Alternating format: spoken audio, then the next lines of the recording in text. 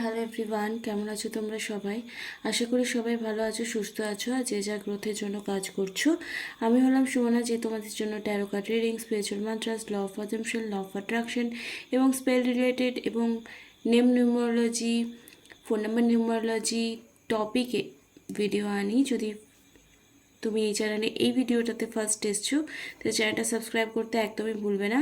আজকে ভিডিওটা হবে যে তোমার পার্টনার তোমাকে নিয়ে কী স্টেপ নিয়েছে, কি ভেবেছে না ভেবেছে, বা যদি তোমাকে নিয়ে পজিটিভ কিছু ভেবেছে সেটা নিয়ে কেন কিছু বলতে ভয় পাচ্ছে, কি চলছে তার মনে তোমাকে নিয়ে। লাস্ট অবধি পুরো ভিডিওটা দেখবে। কালেকটিভ রিডিং, জেনারেল রিডিং, কেউ যদি পার্সোনাল রিডিং করতে চাও তো ডেসক্রিপশন বক্সে নাম্বার দেওয়া আছে, সেখানে কন্ট্যাক্ট করতে পারো। ফি স্ট্রাকচার ভালো লাগলে কন্টিনিউ করবে। আর আর কি বলবো, চলো লেটস স্টার্ট। এটা কালেকটিভ রিডিং আর এটা টাইমলেস রিডিং। মেল ফিমেল সবাই দেখতে পারো, যার সঙ্গে যতটুকু ম্যাচ করবে সে ততটুকুই নেবে। তো চলো দেখে নেব এই মুহূর্তে তোমার পার্টনার অ্যাকচুয়ালি তোমাকে নিয়ে কী ভাবছে। ওকে, ক্লেম করবে অবশ্যই, জয় মা কালী লিখবে এবং আজকে হলো 26 তারিখ, মানে 6-8 888 লিখবে। ঠিক আছে, 2024টা এমনিতেও শনিদেবের ইয়ার, তো যে যেমন কর্ম করছো সে তেমন ফল পাবে। যে কেউ ভালো ইন্টেনশন নিয়ে লাভ লাইফ কাটাচ্ছ তো ভালোই হবে। ঠিক আছে, কোনো রকম ছলচাতুরির ফল কিন্তু ভালো হবে না। আর মানে যারা অনেস্টি থেকেছো, যারা জাস্টিসের জন্য ওয়েট করছিলে, তারা এন্ড অফ দ্য ইয়ার অবশ্যই জাস্টিস তোমরা পেয়ে যাবে। ঠিক আছে, তো চলো দেখে নেব এই মুহূর্তে তোমার পার্টনার তোমাকে নিয়ে অ্যাকচুয়ালি কী ভাবছে। ওকে, নিজের পার্টনারের নাম 3বার নেবে। ওম শ্রী মহাকালিকায় নমঃ, ওম শ্রী মহাকালিকায় নমঃ, ওম শ্রী ডেথ, মিজারেবল চেঞ্জ, তার মধ্যে কিছু না কিছু চেঞ্জেস এসছে। ওকে, মিট আপ তো তোমার সঙ্গে অবশ্যই করতে চাই। যাদের রিলেশনশিপে ফ্যামিলি ইস্যু ছিল তাদের কোথাও না কোথাও একটা হিল হয়েছে, এরকম সাইন আসছে। অ্যান্ড ওকে, দেখো তোমার সঙ্গে দেখাও করবে, আর যা কিছু নেগেটিভ প্যাটার্ন আছে সেটা কোথাও না কোথাও রিলিজ হয়ে গেছে বা হতে চলেছে। ওকে, অনেক সাফারিংয়ের পর কিন্তু তোমরা এই জার্নিটাকে কন্টিনিউ করেছো। দ্য ডেভিল এনার্জি এসছে আর এখানে একটা ডেথ এনার্জি এসছে। দেখো যা কিছু তোমাদের মধ্যে নেগেটিভিটি ছিল সেটা কোথাও না কোথাও রিলিজ হয়েছে, চেঞ্জের দিকে ইন্ডিকেশন করছে। আর এই ডেভিল কার্ডের এই এনার্জি আছে। ওকে, যে নেগেটিভ প্যাটার্নটা আছে সেটা কোথাও না কোথাও তোমরা ব্রেক করেছো। ঠিক আছে, এতদিন তোমাদের সিচুয়েশন এরকম ছিল তোমার পার্টনারের তোমাকে নিয়ে, যে কি করব না করব কিছুই করে উঠতে পারছিল না, কিন্তু এখন সে স্ট্রং ডিসিশন নিতে পেরেছে যে তাকে অ্যাকচুয়ালি কি করা উচিত। ওকে, অনেক রাগ রোষ বা সামথিং কিছু ছিল, তো তোমরা কেউ না কেউ দুজনের মধ্যে একজনকে ক্ষমা করে দিয়েছো, যার জন্য এই এনার্জিটা উঠে আসছে।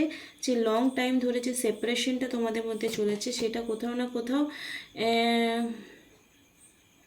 মানে যেই ভয়টা কাটিয়ে তোমার পার্সন তোমার জন্য কোথাও না কোথাও পজিটিভ একটা সাইন ক্রিয়েট করছে, বা তোমার সঙ্গে থাকবে ইন ফিউচারে, তোমার সঙ্গে রিলেশনশিপটা ভালো করবে, এটা সে অলরেডি একটা স্ট্রং ডিসিশন কিন্তু নিয়ে উঠেছে। ওকে, স্ট্রং ডিসিশন নিয়েছে যে তার অ্যাকচুয়ালি তোমাকে নিয়েই থাকার আছে, তোমাকে নিয়ে জীবনটা কাটানোর আছে, বাকি সময়গুলো তোমাকে নিয়ে কাটাবে। এবং ফ্যামিলি ইস্যুও যদি ছিল তাহলে কিন্তু চলে আসবে। এখানে জাস্টিসে এনার্জি আছে, এসছে, দেখো জাস্টিসে এনার্জি এসছে। তো সেই পার্সনটা কিন্তু অ্যাকচুয়ালি তোমার সঙ্গে সমস্ত রকম ন্যায় বিচার করবে বলেই এখন মাইন্ডসেট করে রেখেছে, তো এটা কিন্তু গুড সাইন। ওকে, বাট যদি কিছু রকম তোমাদের সঙ্গে কনভারসেশন চলছে না বা কথাবার্তা হচ্ছে না, তাহলে দেখে নেব এই মুহূর্তে যে তার মন মাথায় মস্তিষ্কে তোমাকে নিয়ে যে শুভ চিন্তা এসছে, তো সেটার কেন ব্লকেজ আসছে, কেন সে বলতে ভয় পাচ্ছে, আমরা সেটা থ্রু দ্য রিডিংস দেখে নেব। প্লিজ 888 লিখে তোমরা এনার্জিটাকে ক্লেম করবে। ওকে, আর ভিডিওটা ভালো করে শেয়ার করবে। দেখো আমি অনেক দিন মাঝখানে ভিডিও দিইনি, তো আমার চ্যানেলটা একদম ডাউনে চলে গেছে, মানে আগে যেখানে মাসে 550 ভিউ আসতো এখন কিন্তু 130 এরকম দেখালো, আজকে 138 মাসে।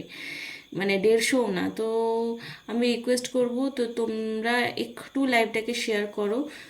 যেমন আগে ভিউ আসতো 2000 3000 বা 1000-এর ওপর তো ভিউ আসতো, সেটা কিন্তু একদম কমে গেছে। তো প্লিজ লাইভটাকে একটু শেয়ার করো, হয়তো লাইভ বলছি ভিডিওটাকে একটু শেয়ার করো। কারণ কারণ তোমাদের জন্য তো খাটছি রে বাবা, রাত 12টা বেজে গেছে, তাও আমি কিন্তু ভিডিও করছি, সবাই ঘুমিয়ে পড়েছে। তো চলো দেখে নেবো এই মুহূর্তে কেন সে ভয় পাচ্ছে তোমার কাছে আসতে, কথা বলতে, বা জাস্টিস দেওয়ার এনার্জি যার আছে সে কেন ভয় পাচ্ছে, কথা বলার ইচ্ছে যার আছে সে কেন ভয় পাচ্ছে, সেটাই আমরা দেখে নেব। ওকে, তার কাজের জায়গায় স্ট্রং কোনো প্রবলেমস হয়েছে, মানে যেখানে কাজ করে সেখানে কোনো না কোনো ইস্যু হয়েছে, তার জন্য হয়তো তাকে বাইরে যেতে হয়েছে, বা কাজের হয়তো কোনো প্রেশার, যেটা কাজ জব হোক বা বিজনেস হোক, সেটা কোনো না কোনো ব্যাপার হয়েছে। দেখো এখানে লাভার্স কার্ড উঠে এসছে এবং সান কার্ড উঠে এসছে। তো একটা কথাই বলবো যে তোমার পার্টনার কিন্তু তোমাকে নিয়ে ইন ফিউচারে সব কিছু নিউ বিগিনিং স্টার্ট করবে, এটাই হচ্ছে দ্য সান কার্ডের। দেখো ডেস্টিনি কার্ড এখানে দ্য লাভার্স আর সান এসছে, মানে মেজর আরকানা কার্ড এসছে, এর কোনো পরিবর্তন হবে না। তার কাজের কোনো ইস্যু রয়েছে, বা কারো কারো জনের কি ফ্যামিলি প্রবলেমস যেটা ছিল সেটা এখনও পুরোটা কাটেনি, তার জন্য হয়তো কিছু আপ অ্যান্ড ডাউনস তার লাইফে চলছে, যার জন্য সে কিন্তু তোমার থেকে একটা ডিস্টেন্স মেনটেন করে চলছে। এমন নয় যে কোনো থার্ড পার্টি, বা দেখো যদি তোমার সঙ্গে সে খারাপ ব্যবহার করেছে, তাহলে বলবো যে যে কোনো পার্সন খারাপ ব্যবহার করার পর, সেটা শুধু পার্টনার নয়, ফ্রেন্ডসরাও দেখবে খারাপ ব্যবহার করার পর আলটিমেটলি একটা গিল্টি ফিল করে যে আরে বাপরে এই মানুষটার সঙ্গে আমি একটা টাইমে খারাপ ব্যবহার করেছি। তো এটা একটা নর্মাল ব্যাপার। খুব বেশি গিল্টি ফিল করছে আর সেটা শুনে তোমার এখন ভিডিওতে ভালো লাগবে, তার মানে তুমি তাকে ভালোবাসে না, জাস্ট পায়ের তলায় রাখতে চাও, এরকম একটা ভাব।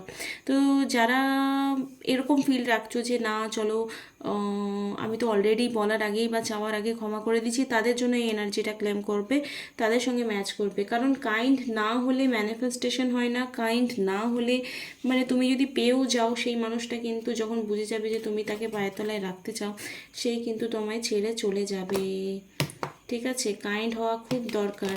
তো তার কোথাও না কোথাও যে ওয়ার্ক প্লেস, তার জব প্লেস, সেখানে কোনো না কোনো প্রবলেমস তার চলছে, যার জন্য সে কিন্তু তোমার সঙ্গে মেবি কোনো কন্ট্যাক্ট করতে পারছে না, কিন্তু সে তোমাকে ভালোবাসে আর আগামী সময়ে তোমার সঙ্গে জীবনটা কাটাতে চায় কোথাও না কোথাও। Okay, have faith in your dreams. এখানে ডিভাইন মুন যেটা রয়েছে মোনোলজি কার্ড থেকে আমি বার করলাম। হ্যাঁ, you are very close to achieving your goals. দেখো এখানে কার্ড সেম এসছে। আর have faith in your dreams, তুমি যা স্বপ্ন দেখেছো যে তোমরা একসাথে থাকবে, সেটার মধ্যে ফেথ রাখো, কারণ ফেথ যদি না থাকে তো সেটা কিন্তু হাতছাড়া হয়ে যেতে পারে। অ্যাডজাস্ট আর রিকোয়ার, যেখানে তোমাকে মনে হচ্ছে অ্যাডজাস্ট করতে হবে, সেখানে কিন্তু তোমাদেরকে অ্যাডজাস্ট করাটা খুবই দরকার। Your commitment is being tested. দেখো এখানে বিং কমিটমেন্ট মানে এটা নয় যে সে তোমাকে প্রপোজ করলো, সে তোমাকে বিয়ের প্রপোজাল দিল, সেটা না। এখানে হচ্ছে তোমার কমিটমেন্ট, তুমি যে বলেছিলে একটা সময় তাকে ফেস টু ফেস বলোনি, কিন্তু তোমার ডিজায়ার তো এটা ছিল যে হ্যাঁ আমি এই মানুষটার সঙ্গেই থাকবো, এই মানুষটার সঙ্গে জীবন কাটিয়ে নেব। তো যদি তোমার এখানে কোনো টেস্ট হচ্ছে, মানে তোমার লাইফে কিছু প্রবলেমস আসছে যে তাকে ছেড়ে দিতেই হবে, বাট তুমি সেই মুহূর্তে আলটিমেটলি প্রবলেম দেখে তাকে ছেড়ে দিচ্ছ, নাকি নাকি তুমি কনসিস্টেন্সি রাখছো। এবার দেখো আগামীকাল জন্মাষ্টমী, মানে 26 তারিখে জন্মাষ্টমী থাকবে। তো দেখো যাদের লাইফে, আমার এটা মনে হলো, আমি নিজেকেও কিছু কিছু জিনিসে এরকম আজকে বোঝালাম, এক্সাম্পলটা তোমাদের সাথে শেয়ার করি।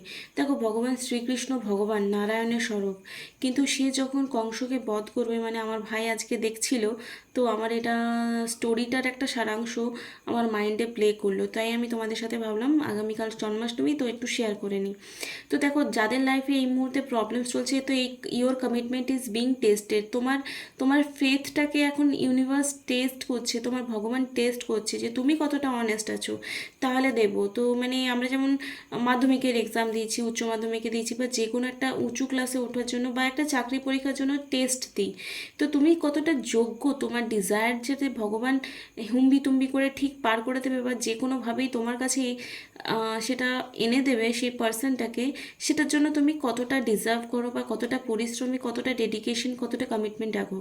তো ভগবান শ্রীকৃষ্ণ কিন্তু নারায়ণের রূপ, তিনি যদি পারতেন কংসকে অনায়াসে একদম সময় হলেই মেরে দিতে পারতেন, কিন্তু তিনি কত কষ্ট করে, তার যে জন্ম বৃত্তান্ত, তিনি একটা জেলখানায় জন্মগ্রহণ করে, তার বাবা যমুনা নদী পার করে তা দিয়ে আসে যশোদার কাছে, সেখানে সে বড় হয়, সেখানে কত কিছু তাকে মারার জন্য আসে, আবার সে যায় কংসকে মারবার জন্য। তো ভগবানও যখন মানুষ হয়ে জন্মায় তার লাইফেও প্রবলেম আসে, এবং মানে এটা তো একটা বিশাল বড় ব্যাপার। তো যখন ভগবান কষ্ট করে সাফারিং করে একটা মানে একটা নির্দিষ্ট টাইম না আসা পর্যন্ত কংসকে মারা হয়তো যেত না, তাই জন্য সাধারণ মানুষের রূপে ভগবানও কিন্তু কষ্ট এবং অপেক্ষা, ধৈর্যের পরীক্ষা দিয়ে কিন্তু সেই জিনিসটাকে বাস্তবায়িত করেছিল। তাহলে আমরা তো মানুষ, আমরা কেন ভাবি যে আমার লাইফেই শুধু প্রবলেমস, আমার লাইফেই শুধু অবস্টিকল, আমি যেটা চাই সেটা পাচ্ছি না? না, সবাই কিন্তু পাস্ট কর্মাই ভোগ করছি। এখনকার ফেথ কিসে আছে তোমার? এখন যদি তুমি নেগেটিভিটিতে ফোকাস করো তাহলে তোমার লাইফে নেগেটিভিটিই আসবে। কৃষ্ণ একটা কথাই বলেছেন যে আমাদের বর্তমান সিদ্ধান্তই কিন্তু আমাদের ভবিষ্যৎ তৈরি করে।